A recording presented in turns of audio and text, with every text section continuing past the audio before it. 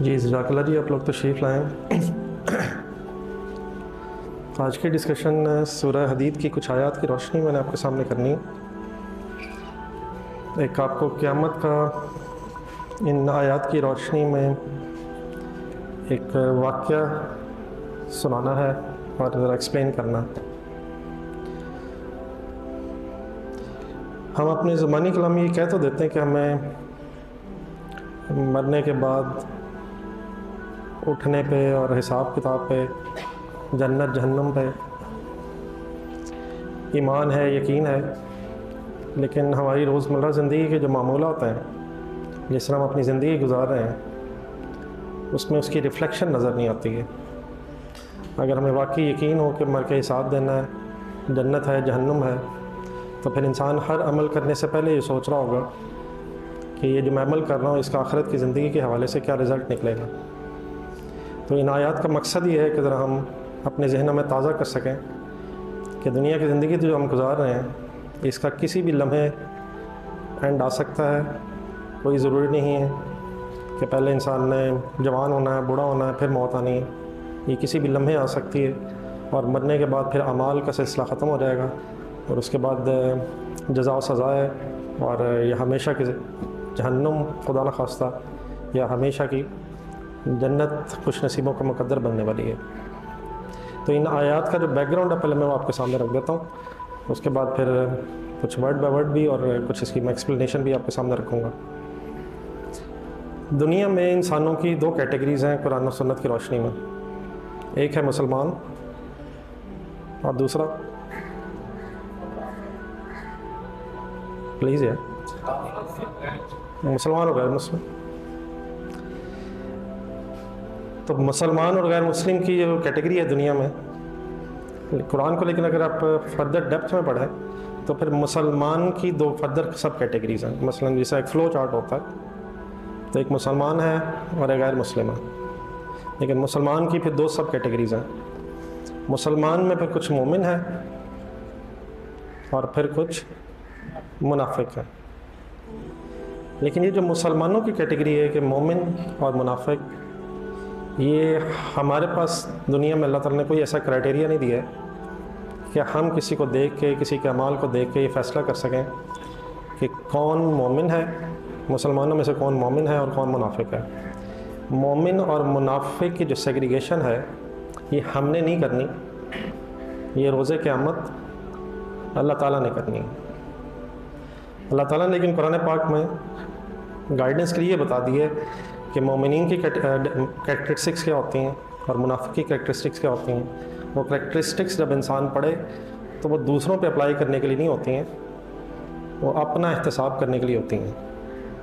بہت سی حدیث ہیں جس میں ایک حدیث کا مفہوم یہ ہے کہ سب منافق جو ہوتا ہے اسے بالکل یہ ٹینشن ہی نہیں ہوتی کہ میں منافق ہو سکتا ہوں۔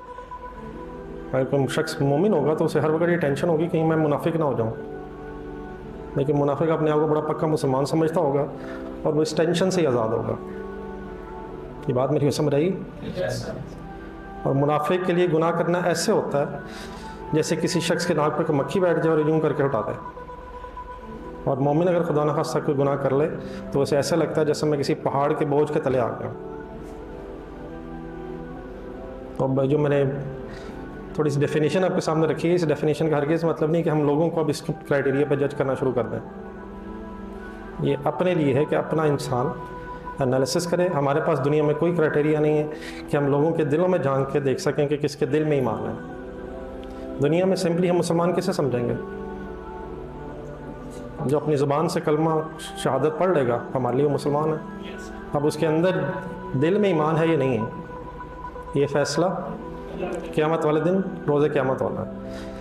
لیکن اب یہ اتنا امپورٹنٹ فیصلہ ہے کہ منافق کے بارے میں شاید آپ نے سنا بھی ہو، منافق جو ہے جہنم میں کافروں سے بھی نیچے ہوگا، سب سے نچلے درجے میں منافق ہوگا۔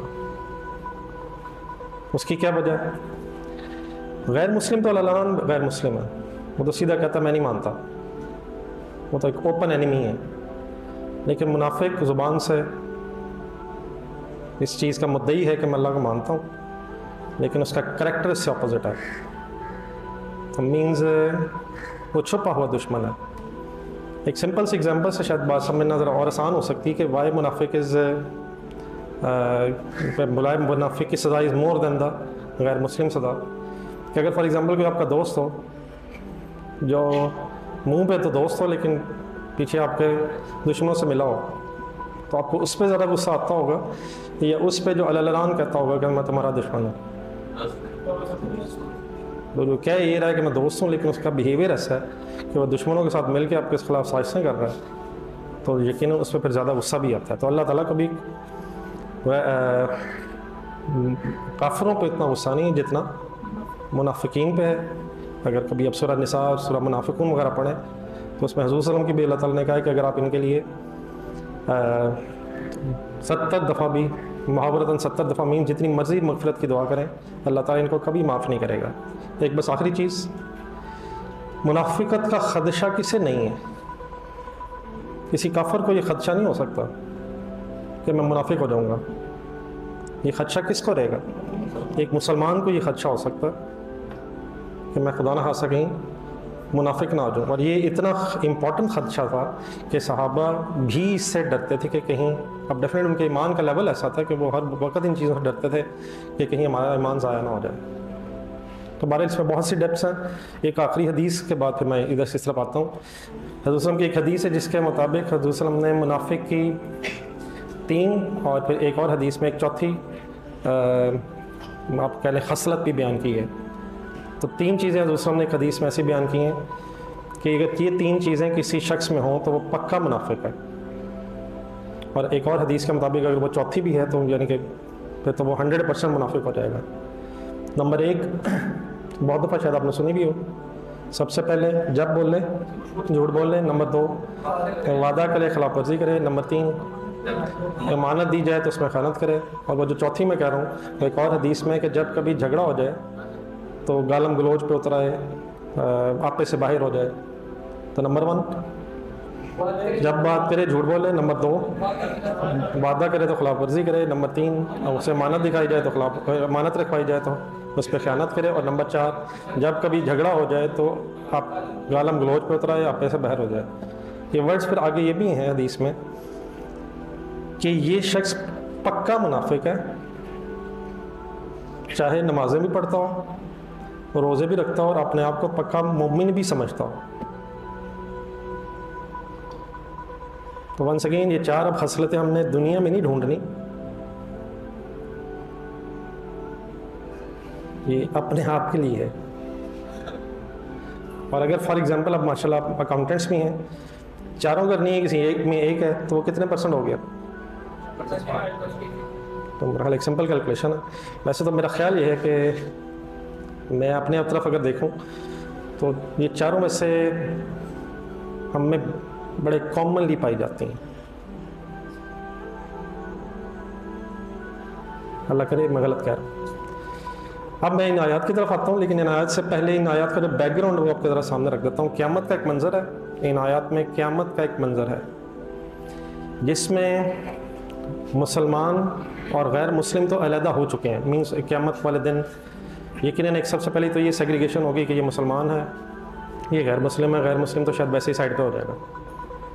اس سیگریگیشن کے بعد نیکسٹ پہ سیگریگیشن ہونی ہے مسلمانوں میں سے مومن کون سے ہیں اور منافق. تو اب یہ جس ساری آیات جو ہم پڑھیں گے یہ مسلمان اور غیر مسلم سے بحث نہیں کر رہی, یہ سیگریگیشن ڈسکس ہوگی مومنین کی اور منافقوں کی آخرت والے دن.